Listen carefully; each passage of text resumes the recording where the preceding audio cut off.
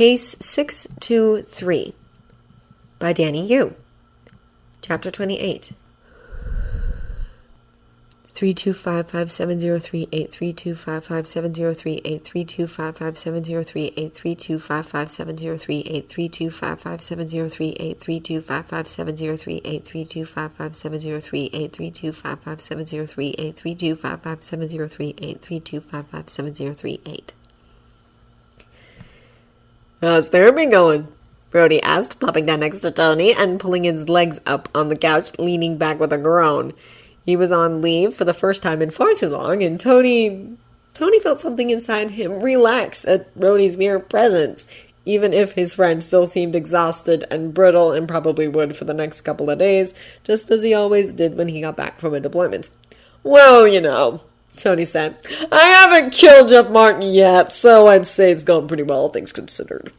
Brody didn't answer for a while, busied himself with pouring wine into 2 glasses and handing one to Tony before swirling his own, giving it a quick taste. Not killing your psychologist is definitely a good sign, he said.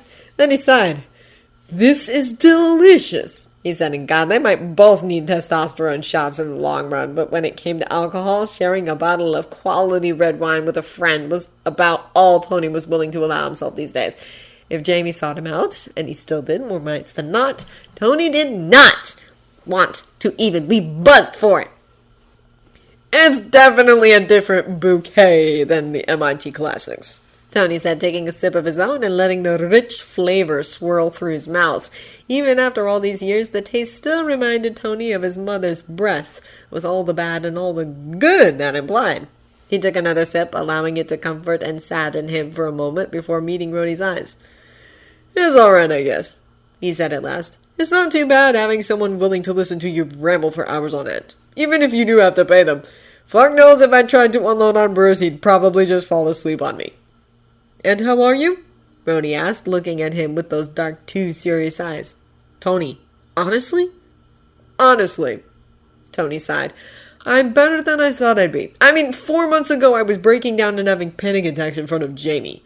Now, it's actually been 3 days since my last nightmare. And it's not because I didn't sleep either. You know I don't like to admit there's any merit to the squishy sciences, but I honestly have no clue what kind of voodoo it is Jeff's working on me. I'm considering getting a degree in psychology just to figure it out. Brody let out a warm, dry laugh, reached out and gripped Tony's knee, squeezing it tightly. Or maybe you should accept that sometimes it's a good thing you don't understand everything. Let a good thing be a good thing. Accept this. Tony groaned. I don't know what he's doing and I don't like that, he said. Brody's eyes were endlessly warm when they met his. I'm proud of you, Tones. After everything you went through way back then, it took a lot out of you to get up. But you did, and you're letting it work for you. I'm so happy about that, really. He paused a moment, displaying all the signs of knowing Tony well enough to realize that excessive praise wasn't actually welcome. How's my gut, son? Better, Tony said. It seems Sanchez was right. The better I do, the better Jamie does. Which was not to say everything was A-okay. Jamie still slept in Tony's bed more often than not, and Tony still had more nightmares than were strictly healthy, and a few times a week that would still combine in the two of them clutching one another tightly for hours as they tried to forget that the rest of the world existed, that there were still people out there out to get them. Still, it was better than it had been, and Tony was old enough to know that in situations like these, expecting more than baby steps was just stupid. Jeff wants me to get a dog, he said at last. And not just, for funsies dog. Service dog? Brody asked. A lot of vets struggling with PTSD are getting them these days. It's actually quite helpful, I've been told. The dog senses it when your stress levels rise or when you start to get anxious, and it tries to warn you away from the situation. And overall, it's that squishy, cushy friend that's always going to be around, willing to hug you, or let you hug it, really, and love you. He paused for a moment, reached out and ruffled Tony's hair, though really it felt horribly like a caress. Maybe it's not such a bad idea. It could be a whole circle of safety. Jamie helps care for the dog helps care for you care for Jamie, who helps care for the dog. It might just help him too, help him feel like he's got some kind of control over all this. Tony rolled his eyes. That's what Jeff and Sanchez said too. he said at last. Jamie wants so badly to help and protect and care for, and God knows where he got those genes. But I'm not capable of accepting that for my own kid, especially when he's still only actually 4 years old. But he's smart enough to understand systems, so he'd understand that if the dog's helping me and he's helping the dog. He let out a groan. Fuck it, I had no idea what I was talking about when I told you I wanted smart children. You said you wouldn't be able to connect on more than a basic level with children who weren't smart, Rhodey said. And you were right. Now, Jamie being an actual genius comes with its own challenges, of course, but I still think you are probably better equipped to deal with that than an average child. You'd have a much harder time connecting with a kid of yours who wasn't on your level of intellect, and that struggle would be the last thing you need right now. And I don't even want to imagine how difficult a time Jamie would have with parents who weren't as smart as him. But frankly, that's a hypothesis, and an unnecessary one, unless you plan to go out and get yourself more children without properly preparing. Tony ground. Christine Everhart is still the last woman I slept with. Hell, the last person altogether. But I'm pretty sure we can both agree women are far more pertinent to that discussion than men. Get the dog, Tones, Rhodey said, taking a long swallow of his glass of red, groaning in pleasure when he put the glass down on the table. God damn it, that's good! Get the dog, please. Use one of the for-profits so you don't jump ahead of anyone in line and feel bad about that. Make sure it's properly trained, and you don't have to wait too long. I think it'll help you and Jamie both. Even if you end up not needing it much, you're a two-person family. Adding a pet to the mix might help ease out that dynamic a bit. Tony frowned. Ease out, he said. Why would our dynamic need to be eased out?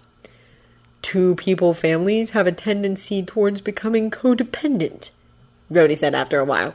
In my experience, especially when they're processing trauma. Don't fall into that trap. I have a feeling it won't be as pretty from the inside as it might look from a distance. Tony let out a groan. Are you shrinking me too now? He asked, letting a faint whine into his tone. No more than I always did, Rhodey told him. Now drink your wine and go to bed, and tomorrow we'll go to the for-profits and find you the right dog. Even if it ends up just being a family dog, I think that'll still be a good thing. You're an asshole, Tony said, draining the last of his glass of wine before refilling it. I always thought if I ever had a pet, it would be a cat. Or a dolphin. Still, he let out a sigh. You may also just be right. Movie? Movie, Rhodey agreed. Bang! Mickey was a just barely grown border collie full of energy and enthusiasm and vigilance. Aside from extra chores, Tony still wasn't sure what exactly it was the dog was supposed to do for them, but Jamie had been so ridiculously enthusiastic it was difficult not to get caught up in it. She was Daddy's dog, Jamie kept saying, apparently parroting Sanchez more than ever before, but that didn't mean Jamie couldn't cuddle and feed her.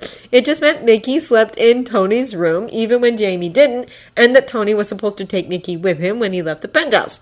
He was pretty damn sure it was all an exercise in futility right up until the first time Mickey saved him. Tony wasn't sure what it was that was setting him off. He just knew he was in the workshop, working with Mickey and Dummy playing some sort of obscure game of fetch in the corner, and suddenly he was short of breath, pulse erratic, while flashbacks threatened at the edges of his mind. And then Mickey was there, barking and damn near tackling him. But once Tony allowed the dog to push him to the floor, Mickey was a bundle of energetic sympathy, woofing and licking his cheek before lying down on his chest, a warm, heavy weight that was still light enough to be easy to bear. She grounded him like nothing ever had, and there was bad doggy breath in his face, and more woofs, and the great big oaf didn't move an inch, and Tony wasn't at all sure this was how therapy dogs were supposed to work. But it did. Work, that was. The warm grounding weight and bad breath and constant barking brought Tony right back down to earth every time his mind tried to take off. Mickey didn't belong in any of the scenarios that constantly threatened to take over Tony's mind, and by that merit alone, she brought Tony back from the edge again and again, distorting flashbacks and breaking up nightmares by confusing Tony's logical reasoning. Tony didn't even have to put in much effort. Bruce and Jamie fed and watered her and took her for walks. They even bathed her when she got too filthy to bear. But somehow, despite all that, the dog still stuck to Tony like a tick. Until by March, Tony couldn't remember his last panic attack. And by April, he marked the first time since the Battle of New York when he'd had 3 weeks straight with no nightmares. And best of all, Jamie was doing better too.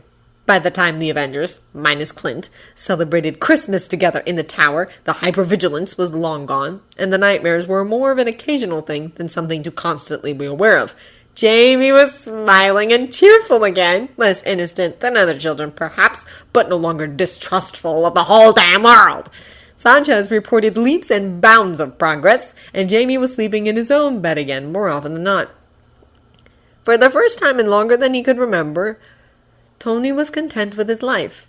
He didn't need his suits. There was a team of superheroes patrolling the world for him. He was taking care of his son, who was full of smiles and laughter once again. His tower was full of people he cared for. Himself and Jamie, Bruce and their labs and science sessions, and Mickey the dog, who sensed an anxiety or panic attack before it came and would literally sit on Tony until it passed. For the first time in years, he felt borderline safe. And so it was with genuine joy that he celebrated Jamie's 5th birthday. Days later, the world changed again.